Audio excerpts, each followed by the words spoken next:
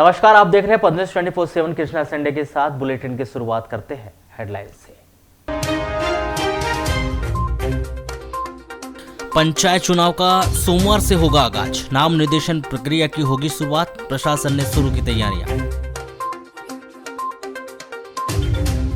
चुनाव बहिष्कार की चेतावनी के बाद जागा नगर पालिका प्रशासन, वार्ड नंबर 4 में विकास कार्य के लिए शुरू करवाया सर्वे। ई व्हीकल चलाने वालों के लिए बिजली कंपनी का फरमान, अलग से लगाए जाएंगे मीटर वरना बदल जाएगा टैरिफ।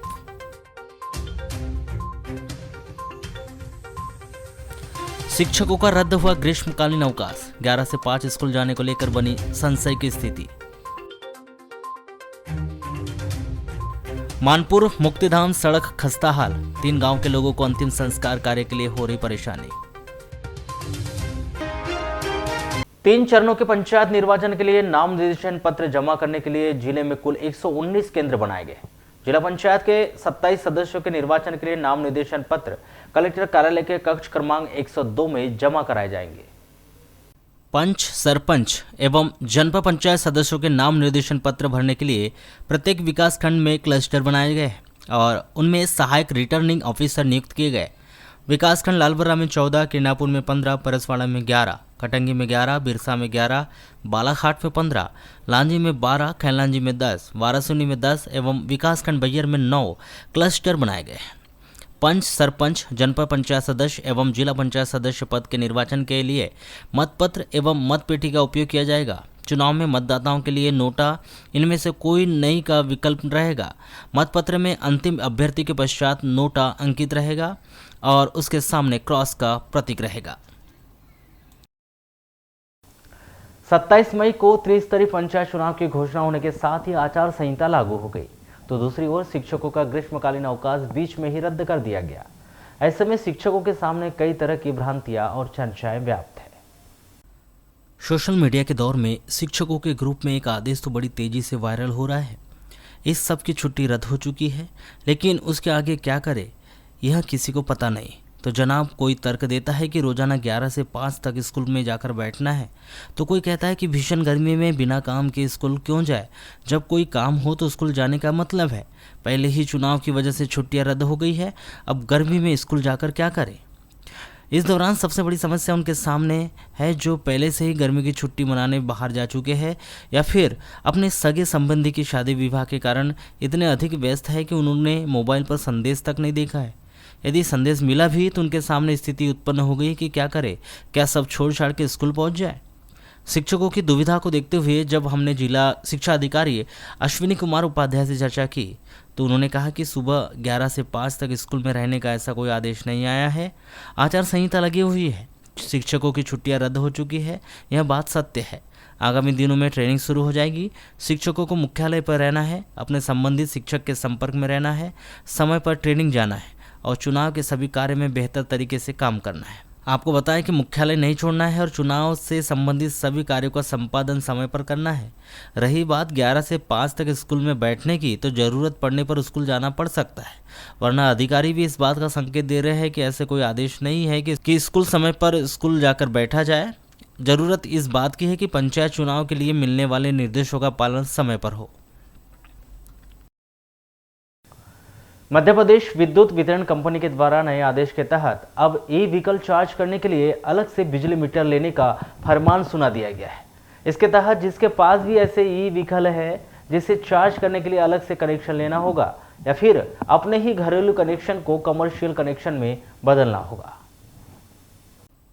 इसके लिए बिजली वितरण कंपनी अगले महीने से सर्वे करवाएगा। ऐसे लोगों को पता किया जाएगा जिनके पास पहले से ई व्हीकल रखे हुए हैं और उनके द्वारा अलग से बिजली मीटर नहीं लिया गया है। ऐसे उपभोक्ताओं का सर्वे कर उन्हें अलग से बिजली का मीटर लेने की हिदायत दी जाएगी और ऐसा नहीं करने पर उनके टैरिफ को घरेलू टैरिफ से हटाकर कमर्शियल टैरिफ में बदल दिया जाएगा। बिजली वितरण कंपनी के कार्यपालन यंत्री लक्ष्मण सिंह ने बताया कि वर्तमान समय तक उनके पास में ई रिक्शा की ही जानकारी मिली है, इसलिए अभी केवल ई रिक्शा का सर्वे करवाया जाएगा। आपको बता दें कि ऑटोमोबाइल इंडस्ट्री में ई व्हीकल का चलन बढ़ने के लिए केंद्र सरकार, राज्य सरकारें खासा जोर दे रही है। दूसरी ओर प्रदेश सरकार के एक फैसले ने प्रदेश के साथ ही ई व्हीकल की राह में रोड़ा पैदा कर दिया है। इस दौरान जब हमने शहर में ई रिक्शा चलाने वाले लोगों से चर्चा की तो उन्हें इस विषय पर ज़्यादा जानकारी नहीं है। वे कहते हैं कि जब सरकारी फरमान आएगा उस दौरान पूरी योजना को समझेंगे। यदि फायदे का सौदा रहा तो ठीक, घाटे का सौदा रहा तो ई रिक्शा चलाना भी मुश्किल हो जाएगा।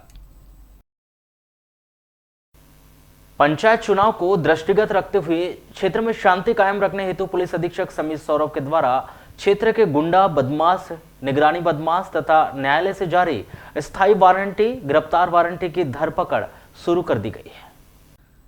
इसी कड़ी में सघन चेकिंग एवं आरोपियों की धरपकड़ करने हेतु थाना कोतवाली, नवेगांव, भरवेली तथा वारासिवनी में पदस्थ अधिकारी कर्मचारी को अलग अलग टीम गठित कर संपूर्ण कार्रवाई की गई, जिसमें 28 मई की रात्रि में कोतवाली प्रभारी निरीक्षक KS गहलोत के नेतृत्व में गठित की गई 6 टीम के द्वारा कोतवाली क्षेत्र में दबिश दी गई।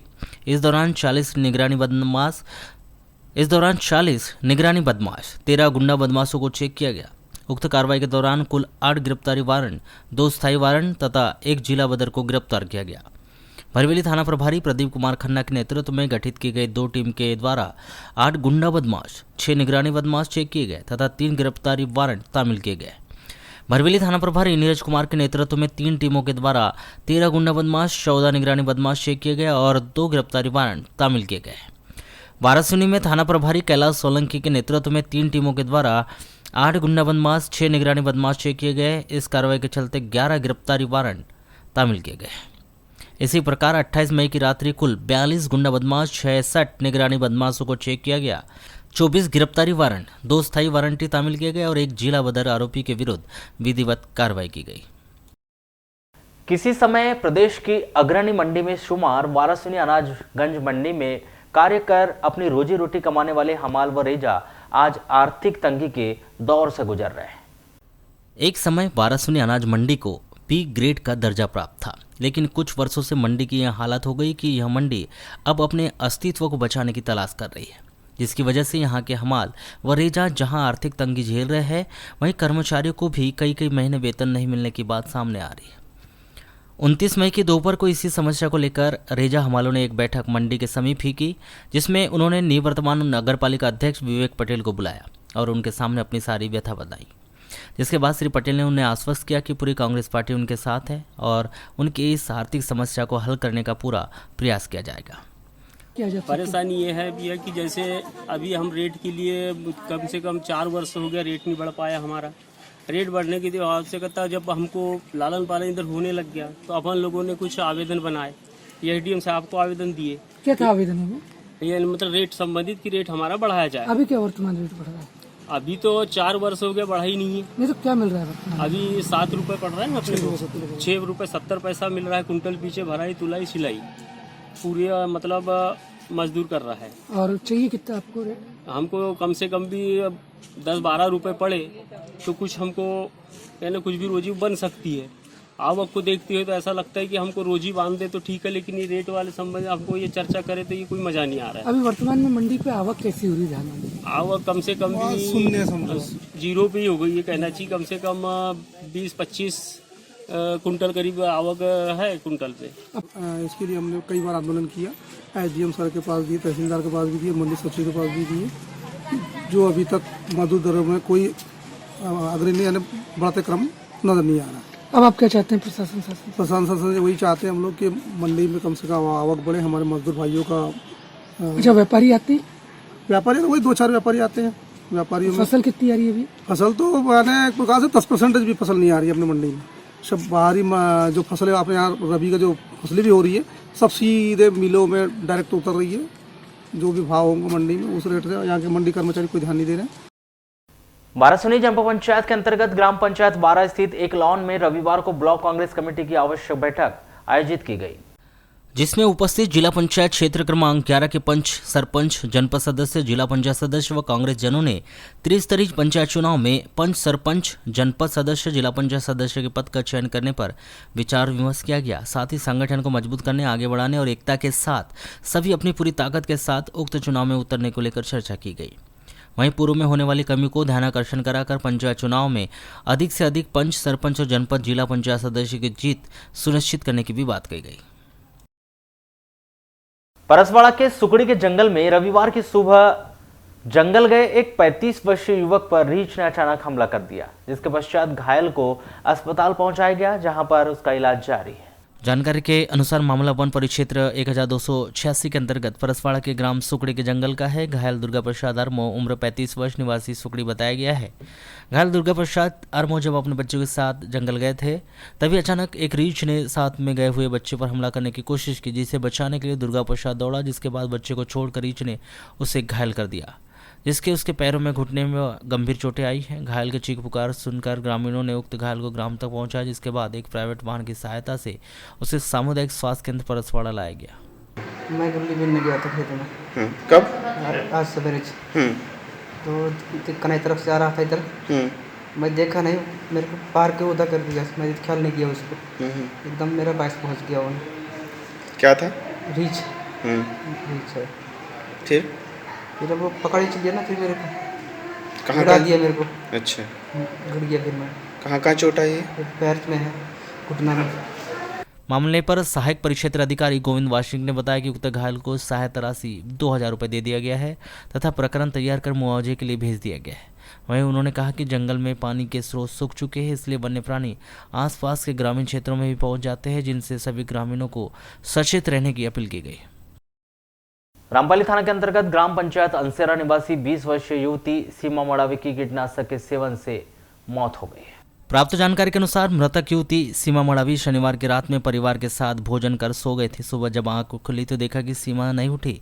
जब उसके पास देखा तो उसके मुंह से झाग निकल रहा था, जिसे तत्काल ही वाराणसी के सिविल अस्पताल में सुबह लाकर भर्ती किया गया, जहां पर डॉक्टरों के द्वारा परीक्षण कर उसे मृत घोषित कर दिया गया।